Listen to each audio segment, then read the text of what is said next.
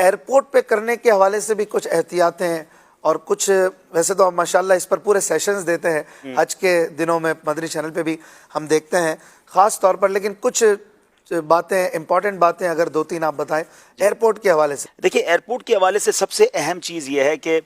سب سے پہلے تو آپ نے اپنے ڈاکیومنٹس کا خیال رکھنا ہے۔ آپ کا پاسپورٹ سمجھ لیں آپ کی جان ہے، مسافر کی جان جو ہے وہ سمجھ لیں پاسپورٹ ہے۔ پاسپورٹ کھو گیا تو آپ کے لیے بڑی مشکل ہو سکتی ہے، طوطے میں جان ہے۔ ہاں، تو پاسپورٹ اپنا آپ نے سنبھال کے رکھنا ہے۔ بعض اوقات حاجی جو ہے وہ اپنے بیلٹ کے اندر اپنا پاسپورٹ، اپنی قیمتی چیزیں رکھتے ہیں، اور واش روم وغیرہ گئے، وضو خانے پر گئے، اپنا بیلٹ اتار کے رکھا اور پھر بھول گئے، تو بعض اوقات پاسپورٹ، پیسے، موبائل سب چلا جاتا ہے۔ تو کوشش کریں کہ اس کا بہت آپ خیال رکھیں۔ پھر دوسری بات یہ ہے کہ اپنے اہم ڈاکیومنٹس کو اسکین بھی کر لیں، یعنی آسان، اب تو تصویر کھینچ لیں، پاسپورٹ کی کاپی آپ کے موبائل میں ہونی چاہیے، ٹکٹ کی کاپی ہونی چاہیے، اگر آپ کا کوئی ہوٹل کا کارڈ ہے، آپ نے کوئی پیکج لیا ہے، کوئی معلم ہے تو اس کا کارڈ سیو کر لیں۔ تو یہ ڈاکیومنٹ آپ کو بہت کام آئیں گے۔ اچھا، پھر اس کے بعد ایک بڑی غلطی جو ہوتی ہے کہ ہم بعض اوقات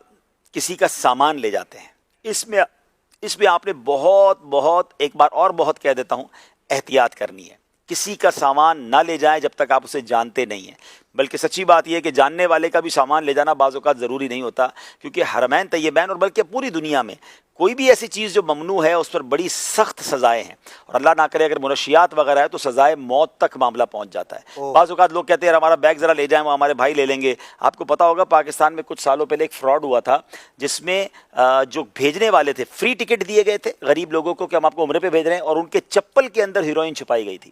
اور وہ پورا خاندان گرفتار ہوا تھا، اس پورے خاندان کو سزائے موت سنا دی گئی۔ یہ تو الگ بات ہے کہ حکومت انوالو ہوئی اور اس کے بعد وہ پتہ چلا اس خاندان کے ساتھ دھوکہ ہوا، پھر ان کو رہائی ملی، مگر ایک بہت لمبا معاملہ ہو گیا، اور یہ تو ان کے ساتھ ہو گیا، ورنہ تو پتہ نہیں کتنوں کی جانیں چلی جائیں گی۔ تو ہمیں کبھی بھی کسی بھی صورت بھی کسی کا کوئی تحفہ، کسی کا کوئی سامان نہیں لینا چاہیے جب تک آپ اس کو بہت اچھی طرح نہ جانتے ہوں۔ میں اپنی احتیاط بتاتا ہوں، مجھے بعض اوقات کوئی کہتا ہے کہ یار ہمیں یہ فلاں دوائی بھجوانی ہے یا فلاں مٹھائی بھجوانی ہے، تو اول تو میں لیتا نہیں ہوں، اور جب لگتا ہے کہ بہت قریبی ہے تو میں کہتا ہوں دوائی کا نام لے لیں، میں خود خرید لوں گا، ٹھیک ہے نا، تاکہ مجھے پتہ ہے میں نے خریدی ہے، کیونکہ میرے بیگ سے نکلی تو میں نہیں کہہ سکوں گا مجھے کسی اور نے دی ہے۔ ایئرپورٹ پہ ایک اور بھی بعض اوقات مسٹیک لوگ کرتے ہیں کہ کوئی ہمیں ایئرپورٹ پہ کہتا ہے، یا کوئی بزرگ ہوتے ہیں یا خاتون ہوتے ہیں کہ بیٹا ذرا یہ میرا بیگ اٹھا لیں، میں آپ سے جدہ ایئرپورٹ پہ لے لوں گی۔ تو آپ بالکل سارا سفر مکہ مدینے میں لوگوں کی خدمت کریں، ایئرپورٹ پر احتیاط کر لیں، آپ کو نہیں پتا کہ اس بیگ میں کیا ہے۔ اگر وہ آپ کے ہاتھ میں ہے، آپ کی کسٹڈی میں ہے، آپ کے نام سے بک ہوا ہے، تو اس کی تمام تر ذمہ داری آپ پر ہوگی، یہ جان تک جا سکتی ہے، آپ برسوں کے لیے قید ہو سکتے ہیں،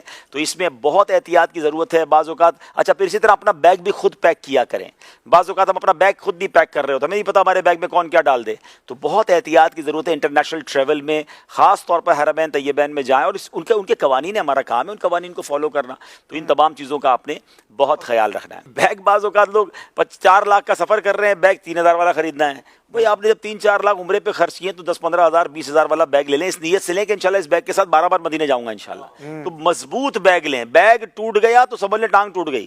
کیونکہ بیگ گیا تو آپ پریشان ہی ہو جائیں گے نا۔ میں نے کئی حاجیوں کو دیکھا جن کے بیگ ہی پھٹ گیا، زپ ہی ٹوٹ گئی، اب وہ سارا سفر بیگ کی ٹینشن ہے۔ اچھا وہاں ریالوں میں ملے گا، وہاں پہنچے گی تو ملے گا نا، راستے میں بیگ بکھر جاتا ہے۔ تو بیگ مضبوط ہو، اس کے ٹائر مضبوط ہوں، اس کی زپ ٹھیک ہو، اور پھر خدا کے واسطے بیگ میں جتنی جگہ ہے اس سے کچھ کم سامان ڈالیں۔ اتنا سامان ڈالنا ہے کہ بندہ بٹھا کے زپ بند کرنی پڑتی ہے۔ تو آپ نے جب اس کی سانس لینے کی بھی جگہ نہیں چھوڑی ہے تو آپ یہ سوچ لیں کہ آپ کے اس بیگ کو کئی بار اٹھا کے پھینکا جاتا ہے، بیلٹ پہ پھینکا جاتا ہے، جہاز میں ڈالتے وقت پیار محبت سے نہیں رکھتے، اتی بتی جس طرح آپ لے کر آئے تھے۔ تو اب آپ خود سوچ لیں کہ اتنا بھرا ہوا بیگ اور اتنا کمزور بیگ جب 12 بار پھینکا جائے گا تو اس کا حال کیا ہونا ہے۔ تو بیگ مضبوط لیں اور بیگ کے اندر سامان کم رکھیں۔